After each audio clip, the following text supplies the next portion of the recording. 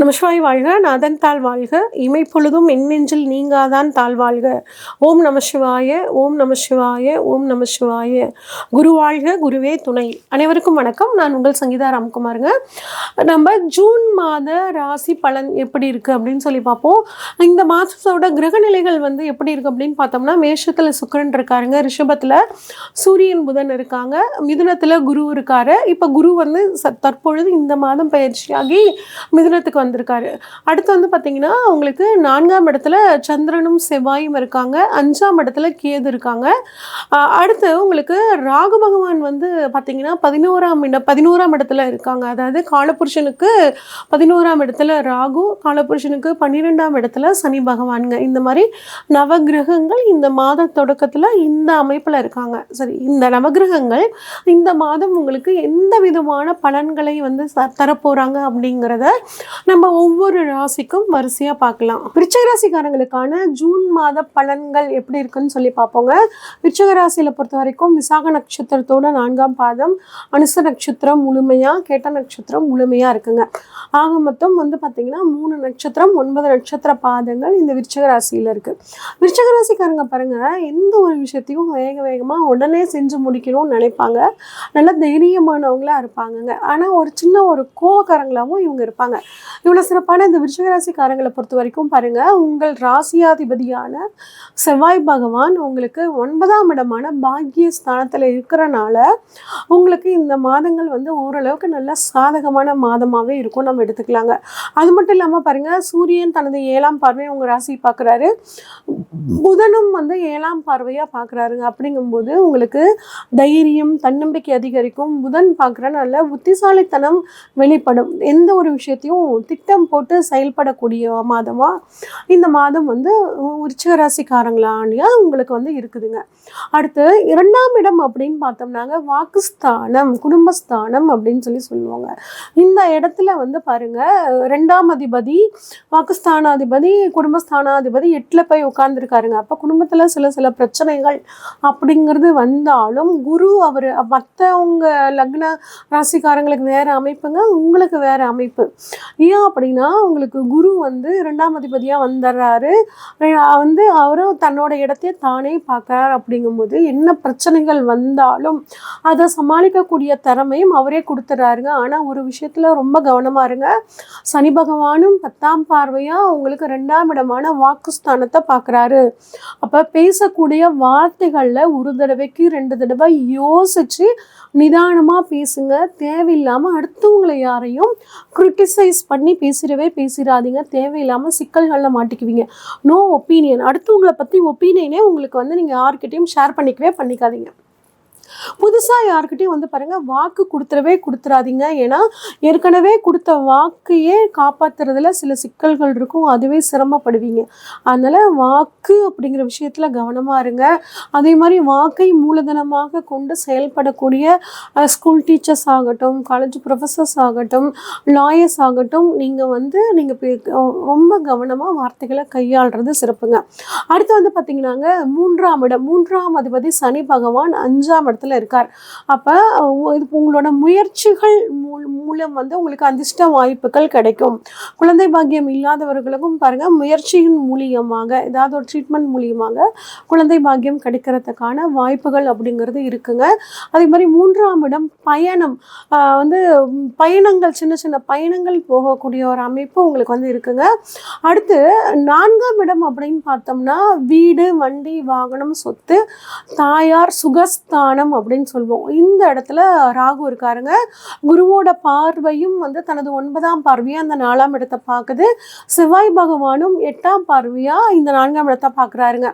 அப்போ ஒரு சொத்து விற்று சொத்து வாங்கணும், இல்லைன்னா ஒரு லேண்டை விற்று நான் வீடு கட்டணும், இந்த சொத்தின் மூலியமாக பணவரம் வந்துச்சுன்னா நான் கடனை கட்டிட்டு நிம்மதியாக இருப்பேன் அப்படின்னு நினைக்கிறவங்களுக்கு எல்லாம் இந்த மாதம் அது நடக்கிறதுக்கான வாய்ப்புகள் ரொம்பவே சூப்பராக இருக்குங்க. ஒரு நல்ல ஒரு லக்ஸூரியான வீடு கட்டணும், ஒரு பங்களா டைப்பில் ஒரு வீடு கட்டணும் அப்படின்னு கனவு வச்சுட்ருக்கேன் அப்படின்னா அவங்களுக்கும் இந்த மாதம் பிரம்மாண்டமான ராகு 4ஆம் இடத்துல இருக்கிறனால அந்த அமைப்பு உங்களுக்கு வந்து கட்டாயம் கிடைக்குங்க.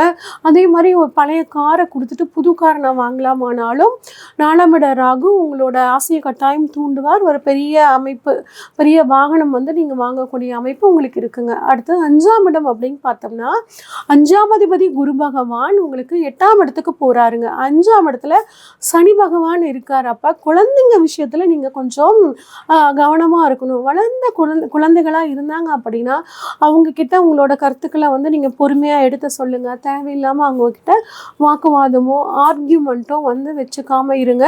உங்களோட பாயிண்ட்டை வந்து பார்த்திங்கன்னா ஒரு அன்போட அக்கறையோட சொல்லுங்கள். அதிகாரத்தோட இந்த சமயத்தில் நீங்கள் சொன்னீங்க அப்படின்னா அவங்க உங்களுக்கு எதிராக திரும்புறதுக்கான வாய்ப்புகள் இருக்குது. கொஞ்சம் விருச்சிக ராசி பெற்றோர்கள் கவனமாக இருக்கிறது நல்லதுங்க. அடுத்து 6ஆம் அதிபதி அப்படின்னு பார்த்தோம்னா செவ்வாய்ங்க. உங்கள் ராசியாதிபதியும் செவ்வாய், 6ஆம் அதிபதியும் செவ்வாய், 9ஆம் இடமான பாகிஸ்தானத்துலேயும், அதுக்கப்புறம் வந்து மாதத்தோட 6ஆம் தேதிக்கு அப்புறம் 7ஆம் தேதிக்கு அப்புறம் 10ஆம் இடமான தொழில் ஸ்தானத்துக்கும் வர்றாருங்க.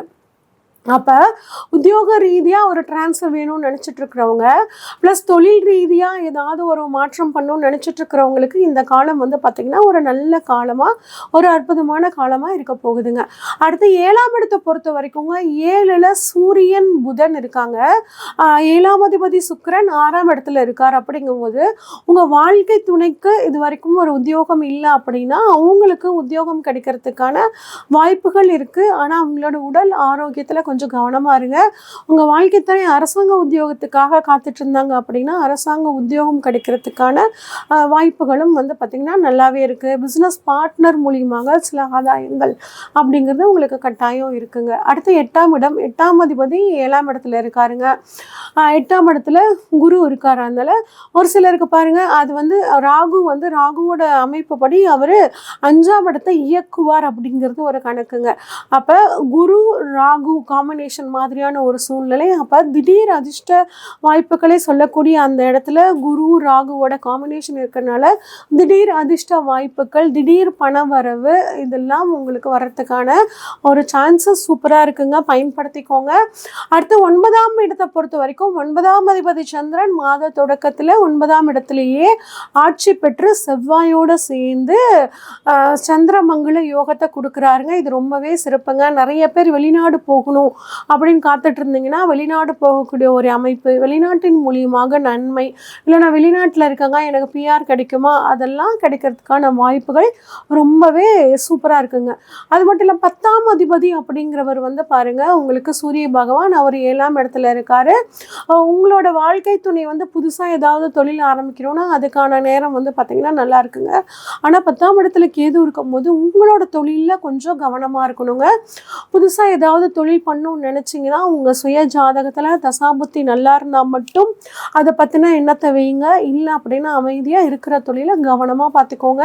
முடிஞ்ச வரைக்கும் அடுத்தவங்களை நம்பி தொழிலை ஒப்படைக்காதீங்க. உங்களை நம்பி உங்களோட தொழிலை நல்லபடியாக பாருங்கள். அதே மாதிரி பாருங்கள் கேதுவோட தொழிலை செய்கிறவங்களுக்கு எல்லாமே வந்து இந்த சமயத்தில் ரொம்பவே நல்லாயிருக்கும். அதாவது ஆன்மீகம் சம்மந்தப்பட்ட தொழில் அப்படின்னா பூஜா ஸ்டோர் வச்சுருக்கிறவங்க, அது மட்டும் இல்லாமல் கேதுனா மருந்து சம்மந்தப்பட்ட தொழில், இந்த மாதிரியான தொழிலில் ஈடுபட்டிருக்கிறவங்களுக்கு தொழில் அப்படிங்கிறது நல்லதாக இருக்குங்க. அடுத்து 11ஆம் இடம் அப்படிங்கிறது லாபஸ்தானங்க. லாபஸ்தானாதிபதியான புதன் பகவான் உங்களுக்கு 7ஆம் இடத்துல இருக்குது. அப்படிங்கும்போது மனைவியால் லாபம் அப்படிங்கிறது உங்களுக்கு நல்லா இருக்குங்க. ஃப்ரெண்ட்ஸால் ஒரு லாபம், உங்கள் ஃப்ரெண்ட்ஸ் மூலியமாக இப்போ உங்கள் தொழிலில் அவங்க வந்து தொழில் ஸ்தானம் சரியில்லைன்னா கூட ஃப்ரெண்ட்ஸ் மூலியமாக பணம் வருவங்கும் போது இன்டைரக்டாக உங்களோட தொழிலுக்கு அவங்க உதவி அந்த தொழில் மூலியமாக உங்களுக்கு பணம் வரவு அப்படிங்கிற அமைப்பு நல்லா இருக்குங்க. அடுத்து 12ஆம் இடம் அப்படின்னு பார்த்தோம்னாங்க அயன சயன போகஸ்தானம். அந்த இடத்துல குரு பகவான் பார்க்குறாரு, சுக்கிரன் பார்க்குறாங்க. அப்படிங்கும்போது நீட்டாக வந்து பாருங்கள் ஒரு சிலர்லாம் பழைய பெட் இருந்துச்சுன்னா அதை இப்போ மாற்றிட்டு புது பெட்டு வாங்கணும், புது கட்டில் வாங்கக்கூடிய அமைப்பு, இந்த மாதிரியான அமைப்புகள் நல்லா இருக்குங்க. இதனால் வரைக்கும் தூக்கத்தில் பிரச்சனை இருந்துச்சுன்னா அந்த தூக்கத்தில் இருக்க பிரச்சனைகள் நீங்கி நல்லா தூங்கி வந்து எந்திரிக்கக்கூடிய ஒரு அமைப்பு உங்களுக்கு ரொம்பவே நல்லா இருக்குங்க. இருந்தாலும் சுப சுப விரய செலவுகள், குருவோட பார்வை 12ஆம் இடத்துல படுறதுனால நிறைய சுப செலவுகள் வரும். ஒரு சிலர் வந்து நகை சீட்டெல்லாம் போட்டு இப்போ அது மெச்சூர்ட் ஆகி தங்கம் வாங்கக்கூடிய அமைப்பு, இது எல்லாமே உங்களுக்கு சூப்பராக இருக்குங்க. குழந்தைகளுக்கு ஆசைப்பட்ட பொருளை வாங்கி தரக்கூடிய அமைப்புகள் எல்லாம் இந்த மாதம் நல்லா இருக்குங்க. இந்த மாதம் நீங்கள் முக்கியமாக சிறப்பாக இருக்கணும்னா யாருக்கும் வாக்கு கொடுக்கறத தவிர்த்துக்கோங்க. எந்த ஒரு விஷயம்னாலும் வந்து மனைவியோட குடும்பத்தோட கலந்து ஆலோசித்து முடிவெடுங்க. உங்களுக்கு ஒரு நல்ல யோகத்தை கொடுக்கும். தொழில் சிறப்பாக இருப்பதற்காக தினமும் விநாயகர் வழிபாடு, விநாயகர் அகவல் படிக்கிறது உங்களுக்கு ஒரு நல்ல யோகத்தை கொடுக்கும். இது வரைக்கும் நம்ம பார்த்தது எல்லாம் பொதுவான பலன்கள் தாங்க. இந்த மாதம் பாருங்கள், போன மாதம் நிறைய குரு பயிற்சி, ராகியது பயிற்சி, சனி பயிற்சி, இந்த மாதிரி எல்லா விதமான பயிற்சிகளும் இருக்குது. ப்ளஸ் இப்போ உங்களுக்கு திசாம்புத்தி ரீதியாக நீங்கள் என்னெல்லாம் நடக்குது அப்படின்னு தெரிஞ்சுக்கிறதுக்கு ஸ்க்ரீனில் தெரிகிற வாட்ஸ்அப் நம்பருக்கு உங்கள் ஜாதகத்தை அனுப்பிச்சி வைங்க. ஃபுல்லாக டீட்டெயில்டாக அனலைஸ் பண்ணிவிட்டு உங்களுக்கான ப்ரெடிக்ஷன்ஸை சொல்கிறேங்க. அது மட்டும் இல்லாமல் ஜோதிட வகுப்பை பற்றி நிறைய கேட்டுட்டு இருந்தீங்க கமெண்ட்ஸில். ஜோதிட வகுப்புகள் நம்ம வந்து ஜூலை மாதம் ஆரம்பிக்கிறதா வந்து ஒரு திட்டம் இருக்குங்க. இதில் ஜாயின் பண்ணிக்கணும். நேரில் வந்து பார்த்திங்கன்னா நாமக்கல்ங்க, இதை நேரில் வந்து ஜாயின் பண்ணிக்கிறனாலும் ஜாயின் பண்ணிக்கலாம். இல்லைனா ஆன்லைன் வகுப்புகளாகவும் வந்து சண்டே ஒரு நாள் நடத்த போகிறேங்க. இதில் வந்து சண்டே நீங்கள் வந்து கலந்துக்கலாம். விருப்பப்படுறவங்களும் ஸ்க்ரீனில் தெரிகிற வாட்ஸ்அப் நம்பருக்கு நீங்கள் வந்து ஒரு மெசேஜ் பண்ணுங்கள். உங்களுக்கான தகவல்கள் வழங்கப்படும். நன்றி, வணக்கம்.